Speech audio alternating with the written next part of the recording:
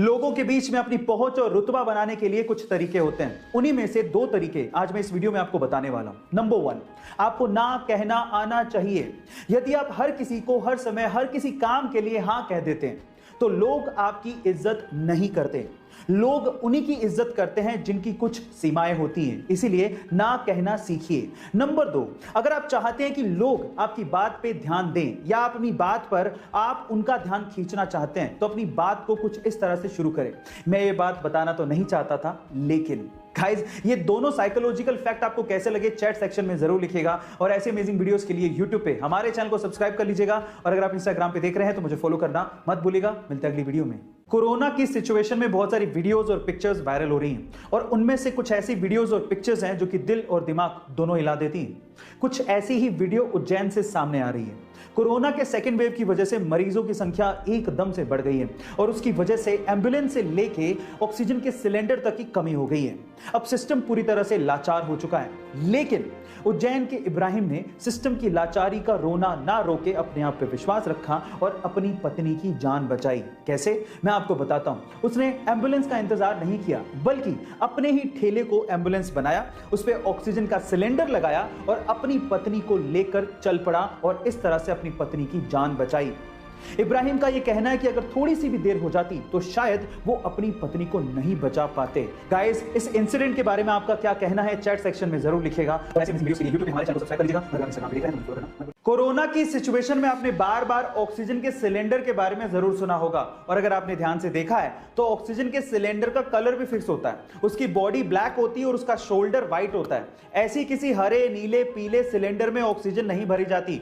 इसका मतलब यह है कि गैस के हिसाब से सिलेंडर का कलर फिक्स होता है। जैसे कि अगर शोल्डर व्हाइट है तो ऑक्सीजन, अगर शोल्डर ब्राउन है तो हीलियम, अगर शोल्डर ब्लैक है तो नाइट्रोजन, अगर शोल्डर ब्लू है तो लाफिंग गैस, अगर शोल्डर ग्रे है तो CO2 गैस और अगर शोल्डर रेड है तो इसका मतलब उसमें कोई फ्लेमेबल गैस भरी है। गाइस, ये इंफॉर्मेशन आपको कैसे लगी चैट सेक्शन में जरूर लिखिएगा। और ऐसे अमेजिंग वीडियोस के लिए यूट्यूब पे हमारे चैनल को सब्सक्राइब कर लीजिएगा। और अगर आप इंस्टाग्राम पे देख रहे हैं तो मुझे फॉलो करना मत भूलिएगा। मिलते हैं अगली वीडियो में। गाइस, जब भी आप किसी बाजार में से रेस्टोरेंट के आगे से निकलते हो तो आपने जनरली ये देखा होगा कि रेस्टोरेंट का कोई ना कोई लड़का आपके पास आके डिस्काउंट कूपन देता है और आपको कहता है कि रेस्टोरेंट में जब भी आप खाना खाएं तो ये डिस्काउंट कूपन दिखा दीजिएगा, आपको 20% डिस्काउंट मिलेगा या 30% डिस्काउंट मिलेगा। आप कूपन ले लेते हो लेकिन थोड़ी आगे जाने के बाद उसे फेंक देते हो। लेकिन टेली स्टोरी नाम का एक रेस्टोरेंट है, उसने अपना डिस्काउंट देने का एक गजब तरीका निकाला है। उसने 2000 के नोट के जैसे दिखने वाले पेपर पर अपना डिस्काउंट कूपन छाप दिया और उसे सड़क पर फेंक दिया। अब लोग क्या करते हैं, लोग 2000 के नोट जैसा पेपर देख के उसे उठा लेते हैं और जैसे उसे खोलते हैं तो उसमें लिखा होता है कांग्रेचुलेशंस, आपको 20% डिस्काउंट मिलेगा अगर आप होटल में जाके खाओगे तो गाइस, कहां हम लोग डिस्काउंट कूपन फेंक देते हैं, लेकिन यहां पर इन दिस केस मार्केटिंग इतनी जबरदस्त है कि लोग जमीन से उठा के डिस्काउंट कूपन को पढ़ रहे हैं। गाइस, आपको ये मार्केटिंग आइडिया कैसा लगा चैट सेक्शन में जरूर लिखिएगा और ऐसे वीडियोस के लिए YouTube पे हमारे चैनल को सब्सक्राइब कर लीजिएगा और अगर इंस्टाग्राम पे देख रहे हैं तो फॉलो करना मत भूलिएगा। मिलते हैं वीडियो में। गाइस, आपने सोना चांदी लोहा तांबा इन सब धातुओं के बारे में सुना होगा, लेकिन अगर मैं आपसे सवाल पूछूं कि भविष्य की धातु यानी कि फ्यूचर मेटल किसे कहा जाता है तो आप लोग क्या कहेंगे? जी हां गाइस, फ्यूचर मेटल। चलिए मैं आपको बताता हूं।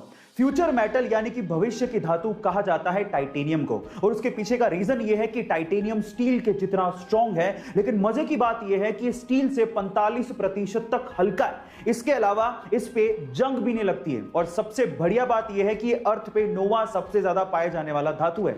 इसका मतलब इसकी अवेलेबिलिटी भी बहुत ज्यादा है और इन्हीं सब प्रॉपर्टीज की वजह से आज टाइटेनियम को एरोस्पेस इंडस्ट्री में, स्पोर्ट्स इंडस्ट्री में, बिल्डिंग इंडस्ट्री में और उसके अलावा surgical implants and equipment industry में भी यूज किया जा रहा है। गाइस, आपको टाइटेनियम के बारे में ये इंफॉर्मेशन कैसी लगी चैट सेक्शन में जरूर लिखिएगा और ऐसे अमेजिंग वीडियोस के लिए यूट्यूब पे हमारे चैनल को सब्सक्राइब कर लीजिएगा और अगर आप इंस्टाग्राम पे देख रहे हैं तो मुझे फॉलो करना मत भूलिएगा। मिलते हैं अगली वीडियो। अगर आप एक सक्सेसफुल बिजनेसमैन बनना चाहते हैं और अपनी जिंदगी में सक्सेस का स्वाद चखना चाहते हैं तो गौतम अडानी, जो कि अडानी ग्रुप के चेयरमैन हैं और आज 5490 करोड़ की संपत्ति के मालिक हैं, उन्होंने आज के युवाओं को एक बहुत ही अच्छी सलाह दी है।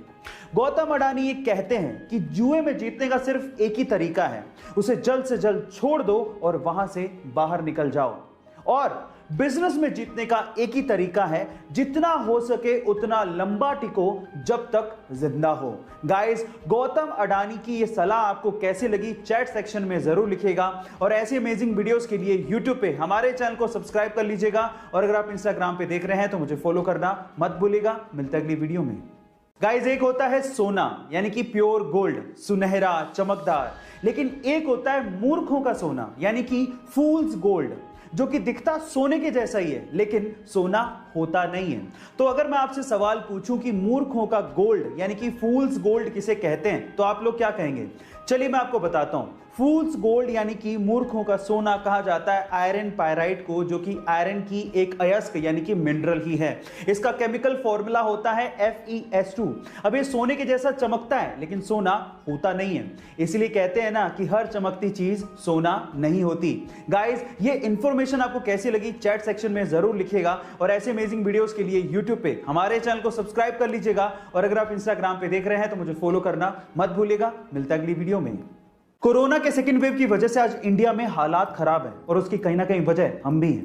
गवर्नमेंट और अथॉरिटी से कह के थक गए कि जब जरूरत हो तभी बाहर निकलो, अदरवाइज घर पे ही रहो, और जब बाहर निकलो तो मास्क पहन के निकलो, सोशल डिस्टेंसिंग को फॉलो करो। लेकिन हम लोग मानने को तैयार ही नहीं है, और अगर अब भी आप लोग नहीं मान रहे तो मैं आपसे कुछ कहना चाहता हूं, ध्यान से सुनिएगा। देखिए, आप मास्क पहने ना पहने, घर से बाहर निकलें या ना निकलें, वो आपकी मर्जी है, लेकिन एक बात याद रखना, जब तक जिंदा हो ना तभी तक आप लोगों के लिए एक इंसान हो। जब मर जाओगे ना तो आप लोगों के लिए सिर्फ एक आंकड़ा हो, लेकिन आपके घर वालों के लिए आप पूरी दुनिया हो। इसलिए लोगों के लिए ना सही, सरकार के लिए ना सही, अपनी फैमिली के लिए, अपने घर वालों के लिए कम से कम बाहर निकलो तो मास्क पहनो, सोशल डिस्टेंसिंग को फॉलो करो, और जब जरूरत हो तभी बाहर निकलो। Stay safe, stay at home, wear a mask.